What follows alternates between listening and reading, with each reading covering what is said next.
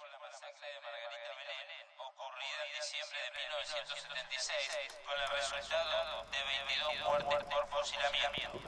Hoy se juzga a algunos de los ejecutores de la masacre de Margarita Belén fue un hecho planificado, direccionado, un operativo conjunto del ejército de la policía con complicidad de autoridades civiles y de la Justicia Federal. Margarita Belén fue uno de los peores crímenes que han cometido. Yo creo que fue muy bien organizado porque acá en la masacre de Margarita Belén asesinaron y desaparecieron a los mejores dirigentes del nordeste argentino.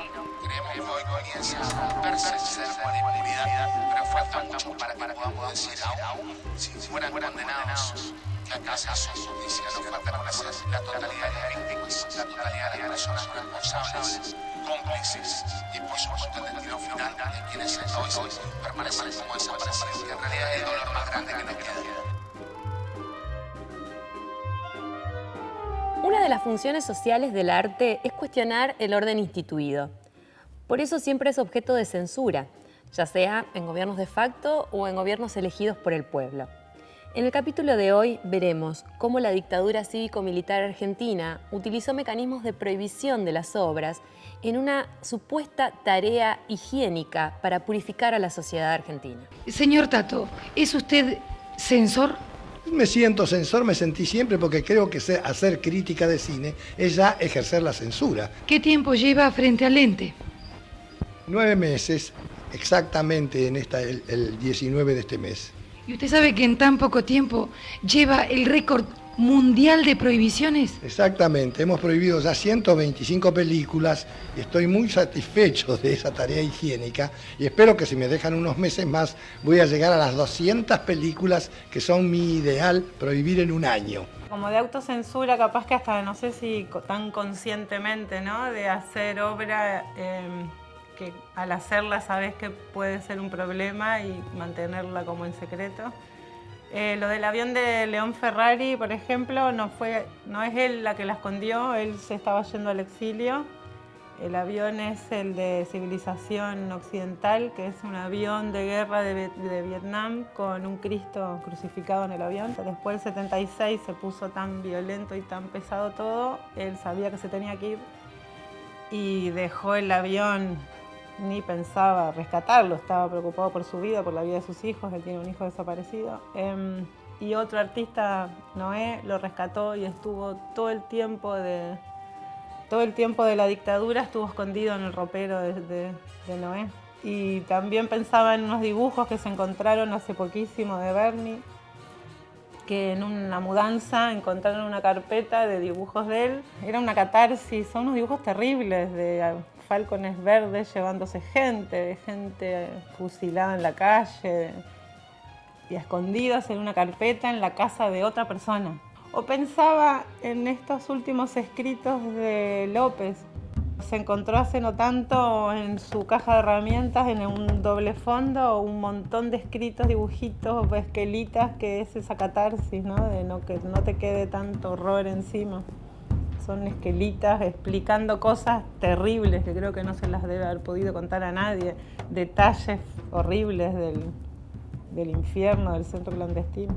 Autocensura o una manera saludable de no quedarse con el horror adentro, ¿no? No sé. Por ahí también el arte siempre tuvo esa, no sé, de poder enfocar por ahí el horror en vez de comértelo. El 4 de marzo de 1976, la Junta emite su comunicado número 19. Se comunica a la población que la Junta de Comandantes Generales ha resuelto que sea reprimido con la pena de reclusión por tiempo indeterminado al que por cualquier medio difundiere, divulgare o propagare comunicados o imágenes provenientes o atribuidas a asociaciones ilícitas o personas o grupos notoriamente dedicados a actividades subversivas o al terrorismo. Como vemos, la esencia del comunicado permitía censurar casi cualquier obra. Recordemos que había largas listas negras de intelectuales y de artistas. Y no solo se prohibía lo relacionado a ideas marxistas, también se cuestionaba la dudosa masculinidad de Manuel Mujica o el hecho de que Alfonsina Storni fuese madre soltera.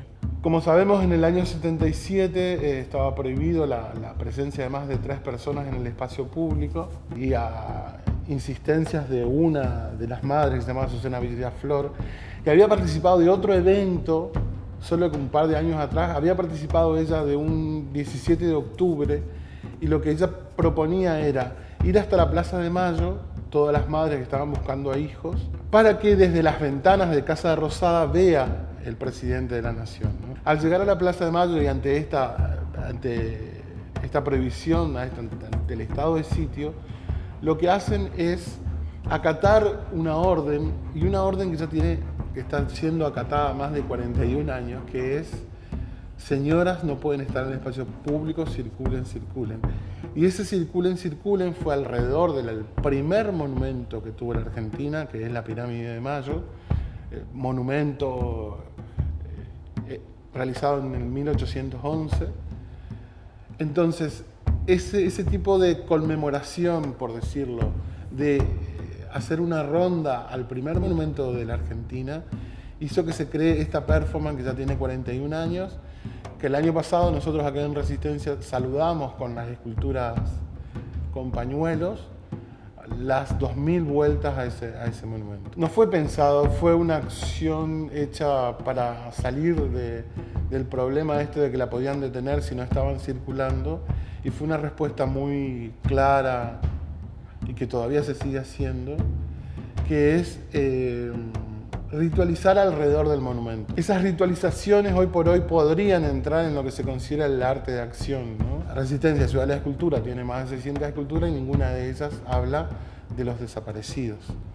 Sin embargo, los colectivos, los movimientos sociales fueron ritualizando, fueron poniéndole mucha importancia a la trayectoria, poniéndole mucha importancia al traslado del cuerpo en el espacio público. El siluetazo fue para representar los 30.000 desaparecidos, las siluetas fueron para los 22 o para la treintena de caídos en Margarita Belén.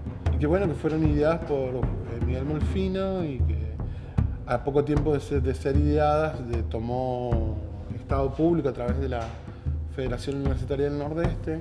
Yo digo, voy a dibujar una pared en homenaje a los compañeros fusilados. Y lo único que pedía era 2 aerosoles negros y 1 rojo. No tengo idea de lo que voy a hacer. Era algo que yo cuando estaba preso hacía bastante, trabajar en una sola línea. Y cuando termino de hacer eso, sí recordé para hacer las caras el grito de Munch. Pintábamos de noche, salimos en el auto y nos hicimos 80 paredes. Empezó a aparecer muchos militantes que estaban pintando. Después me doy cuenta de otra cosa que de casualidad salió y no la quise modificar. Que eso era tan simple que lo podía reproducir cualquiera. Que para mí eso es el sueño de tener, digamos, un arte popular en serio. Existía entre los militantes universitarios como un concurso a ver quién hacía más rápido la silueta, porque en ese momento estaba prohibido y bueno, si te agarraba la policía ibas adentro. Se la utilizó como primer ícono de la memoria, verdad y justicia aquí en la zona, y muchas veces se utiliza todavía como portada de invitación a los eventos que se hacen los 12 y 13 de diciembre.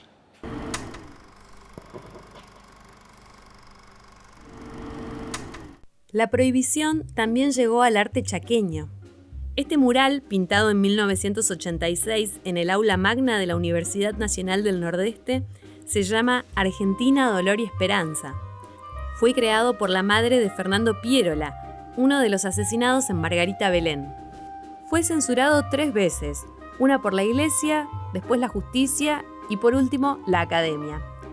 La escena que irritó a la Iglesia y que la Universidad y la Justicia ordenaron tapar es la de un cura presenciando una sesión de tortura. El siluetazo fue una propuesta de 3 artistas, de Julio Flores, Rodolfo Aguerreberri, Guillermo Kexel, de llevar al espacio la figura de 30.000 desaparecidos. Cuando hicieron la propuesta, la escribieron, la presentaron a madres y eso fue aceptado, pero empezaron a descubrir problemas porque, por ejemplo, si cada silueta ocuparía 2 metros cuadrados, 2 metros cuadrados por 30.000 son 60.000 metros cuadrados. Por lo cual necesitaban 60.000 metros cuadrados de papel, 60.000 metros cuadrados de paredes. Como ese día era la tercera marcha de la resistencia, o sea, 24 horas marchando alrededor de lo que sí considero que es la primer performance política con mayor duración en todo el mundo, que son las rondas. Pero dentro de esas rondas se produjo el siluetazo, donde la multitud puso su cuerpo y un montón de gente estuvo dibujando la silueta de quien estaba allí, ¿no? Uno de los hitos que tuvo la búsqueda de los desaparecidos o la búsqueda de la justicia fue el mural de Amanda Mayor de Pierola, que se pintó en el Aula Magna, que fue realizado en el año 85-86 y que tuvo una moción de censura por parte de la Iglesia cuando a través del arzobispado se pidió que se borre la presencia de un cura negro, un cura con sotana negra, en una sesión de tortura. Esa visibilización por la censura hizo que el mural trascendiera. Bueno, Amanda Mayor de Pierola es la madre de Fernando Pierola, que es uno de los caídos en Margarita Belén, y a partir de la lucha de los organismos de derechos humanos hace la presentación de un proyecto para pintar un mural, ya que ella era artista visual. El segundo momento son los scratches, donde esa generación de hijos de desaparecidos y familiares desaparecidos inventa esta forma de señalar una casa, de señalar a una persona, marcándole un comportamiento. El primer señalamiento que registramos acá en el Nordeste, que hubo en la Argentina, es este que está acá, que es cuando la incipiente y recién nacida agrupación Hijos marca al diputado electo Ruiz Palacios con un tacho de pintura sobre la cabeza, un tacho de pintura roja, ¿no? Eso provocó mucho escándalo y es la primera vez que se utiliza el señalar a alguien, señalar, visibilizar, contar la verdad, romper el silencio. Creo que son las claves para entender lo que es todo el comportamiento, si se quiere, que utiliza algún punto de las artes visuales, ¿no? Pensaba en la obra de Fernando Traverso, que vino antes de recuperar la casa, cuando la casa todavía era las oficinas de agua de la provincia, que él hizo, él tiene un stencil de una bicicleta por un amigo que ató la bicicleta y después lo secuestraron, entonces quedó la bici. Y él tenía la idea de hacer tantos esténciles de bici como los desaparecidos de Rosario, y eso rompió todo fue mucho más de lo que él pensaba, y no sé si ya no se pasaron las 30.000 bicis, porque él lo que hizo fue 22 bicicletas con los caídos de Margarita, los nombres que teníamos hasta ese momento. Lo volvimos a invitar cuando recuperamos la casa bastante tiempo después, porque se taparon todas las bicis de la ciudad. Con los años, los cambios de los lugares donde se hicieron las bicis, hasta el mismo que había pintado en la fachada también la cubrieron. Las chicas del GAC, que son de Buenos Aires, pero que marcaron casi todo el camino de Hijos y de todo hicieron los carteles que son estos carteles como de tránsito, pero que para los scratches, y como que todo el mundo te apropias, todos los centros, se apropiaron de esa obra y pasa a ser colectiva. Hicimos muchas intervenciones desde el museo con Hijos y con artistas en la fecha de Julio López. Un año hicimos unos unos calcos transparentes que los pegamos en los colectivos de línea de la ciudad, de tamaño real en la ventana, como que si pasa el cole vos veías que estaba alguien sentado y era la cara de Julio. No sé, te levantaste para trabajar como si nada y no te dicen, che, ¿sabés que hoy se recuerda? No, te encontrás con el banderín, con las caras, con López en el colectivo, que fue más choqueante de lo que pensamos, ver el colectivo pasar con la cara de Julio López. Hay dos cruces ubicadas en lugares emblemáticos. Una está frente a la ex brigada de investigaciones y la otra en el lugar de la masacre. Estos 2 puntos marcan el recorrido que cada 13 de diciembre realizan los familiares y las agrupaciones y que culmina en el monumento diseñado por el escultor chaqueño Luis Díaz Córdoba. En este caso tenía una nueva configuración, ya que el presidente Videla había dicho que no estaban desaparecidos, tenían un nuevo carácter. Y otro problema que representa para la ciudad es que precisamente la escultura es cuerpo humano y acá lo que pasa es que no están esos cuerpos. Muy relacionado con los comportamientos antimonumentales, que son básicamente la desaparición del monumento tal y cual lo conocemos del siglo XIX, acá en Resistencia, que la Loba, Donovan y eso. Imaginemos que el cuerpo del héroe, que es Donovan, está en perfecto estado, está regordete, está en posición de descanso, pero en los desaparecidos el tema es qué son, no son héroes. Entonces, ¿cómo es el tipo de cuerpo que hay que presentar para no héroes? Por eso es importante también el monumento de Díaz Córdoba, en el sentido que muestra cuerpos quebrados, ¿no? El monumento a los que murieron en Margarita Belén no es el cuerpo en estado de equilibrio, sino es un cuerpo quebrado en el momento en que recibe una ráfaga de disparo, ¿no? Por ejemplo, el pedestal donde están los 22 cuerpos es un pedestal que se atraviesa. La proporción de los cuerpos también está un poco fuera de escala, ¿no? No hay... Lo que sí está en escala 1 en 1 son las cadenas, es lo más raro que tiene ese monumento. No obstante, la gente se junta a conmemorar ahí. En esa disputa hay mucha gente que toma, por decirlo, justicia por mano propia, va y rompe las cruces.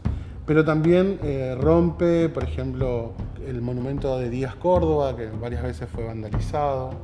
La parada Activa Memoria, que está sobre la vereda del Museo por la Memoria, también es constantemente vandalizada. Y después sobre los banners que están agredidos, quemados, cortados, volvemos a hacer otro trabajo. Así como fueron violentamente desaparecidos algunas personas, a través de esa acción de, por ejemplo, coser un banner quemado, es volver a enlazar ese tejido social que fue roto, ¿no? Por la violencia política, por la violencia social. Hay una parte del mural que es la parte del estar detenido, desaparecido, la representación de eso, y hay una parte que es una cama de un lugar, una sección de tortura, y hay un cura presenciando la sesión de tortura.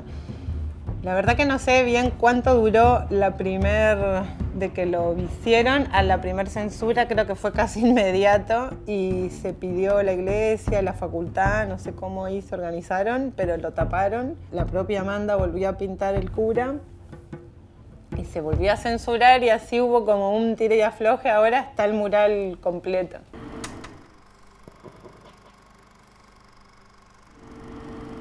Las cruces tienen que ver con las primeras acciones que hicieron los organismos como para poner en la agenda pública el tema de esto que te decía, lo que la prensa decía, los sucesos de Margarita Belén.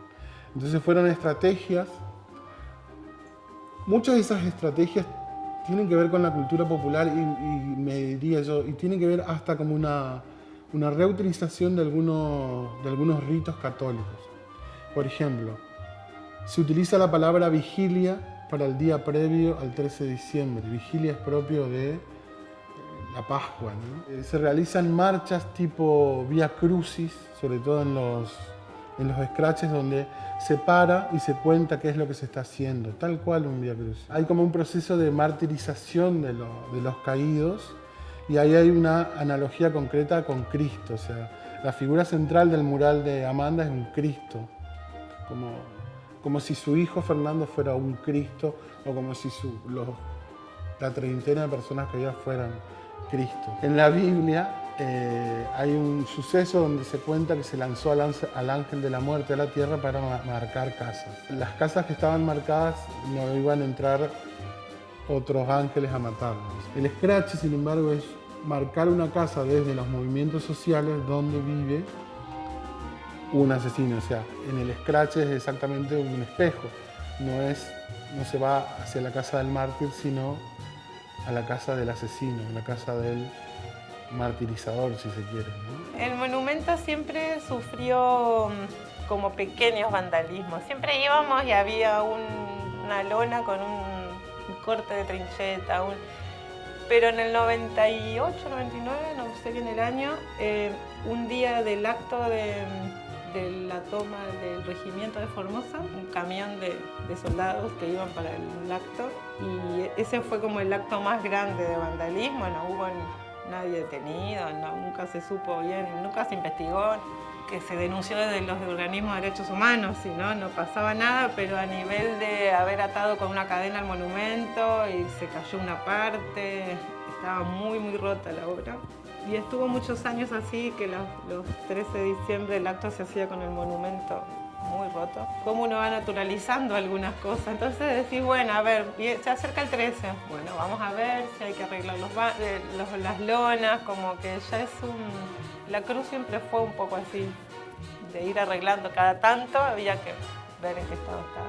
No sé si uno ya ni se pregunta si fue un acto de vandalismo o qué pasó, ya hay que arreglar. Para ilustrar el nivel de prohibición en el cine argentino, recomendamos una película de 1995, El Censor, dirigida por Eduardo Calcaño y protagonizada por Ulises Dumont. Esta película relata, a partir de un personaje de ficción, el rol de los censores durante la última dictadura militar. Su trabajo consistía básicamente en prohibir piezas audiovisuales nacionales o internacionales completas o de cortar fragmentos, sin importar la pérdida de la coherencia en el film, solo por considerarlos contrarios a la moral, la religión y a las supuestas buenas costumbres. El saldo de la censura de la dictadura en el cine en Argentina fue de 337 películas prohibidas y 1.200 películas cortadas en algunas de sus secuencias. Actualmente las siluetas son utilizadas por muchos. Los 43 de Ayotzinapa, por ejemplo, se utilizan también. Y se utiliza también otro recurso que es el que te da el Estado, que es la fotografía del DNI. Cuando el Estado te desaparece, lo primero enrostran las madres es la foto del DNI en gigante del hijo que está, o de la hija, o el familiar que está desaparecido. Las siluetas primero en general, el siluetazo en general, como para dar idea de los 30.000 desaparecidos, y los particulares, como en la nuestra, de las siluetas de Margarita Belén, ¿no? Fue presentado en la Cámara de Diputados para que se lo trate, que los diputados traten a ver si esas imágenes pueden ser consideradas patrimonio cultural inmaterial, ya que aproximadamente hace 35 años vienen acompañando esta lucha y que todavía siguen y que constantemente se están renovando en el movimiento feminista, en los niños desaparecidos, etc. Por lo menos pensar si estas siluetas ayudaron a poner en agenda el tema que, como le decía, en los 80, en los medios, la masacre eran sucesos y no el fusilamiento de 30 personas. El arte siempre es una herramienta para develar verdades, exponer, interpelar sobre otros mundos posibles. Gobiernos democráticos, dictaduras civiles y militares censuraron y prohibieron obras. Pero el arte siempre encontró una forma de permanecer en otros, a la espera de que alguien más pueda verlo y escucharlo. Cuando en una vigilia por Margarita Belén en el año 2002, se realizaron una desaparición virtual de 22 esculturas antropomórficas, o sea, esculturas que tengan que ver con el cuerpo humano, que fueron embolsadas durante la noche y junto con un cartel que fue uno de los primeros que utilizaron los organismos, que es el ¿Dónde está? Otro momento para mí interesante es poder haber repensado un monumento a desaparecidos, que es la parada de colectivos que está en Marcelo T. Alvear al 50, que es la vereda de la Brigada de Investigaciones, actualmente la Casa por la Memoria, donde la arquitectura del monumento es el refugio de la parada de colectivos. La parte parlante del monumento es un cartel que constantemente se cambia, que es un cartel donde van la agenda pública de Casa por la Memoria. Y bueno, y el apóstol fue la primera parada iluminada que tuvo la ciudad, ¿no? porque en el 2007 todavía las paradas no tenían la iluminación que tienen ahora. Entonces para mucha gente resultaba una parada de colectivo segura porque estaba iluminada. A nosotros nos permitió, junto con la agrupación Hijos, trabajar los 24 de marzo y los 13 de diciembre.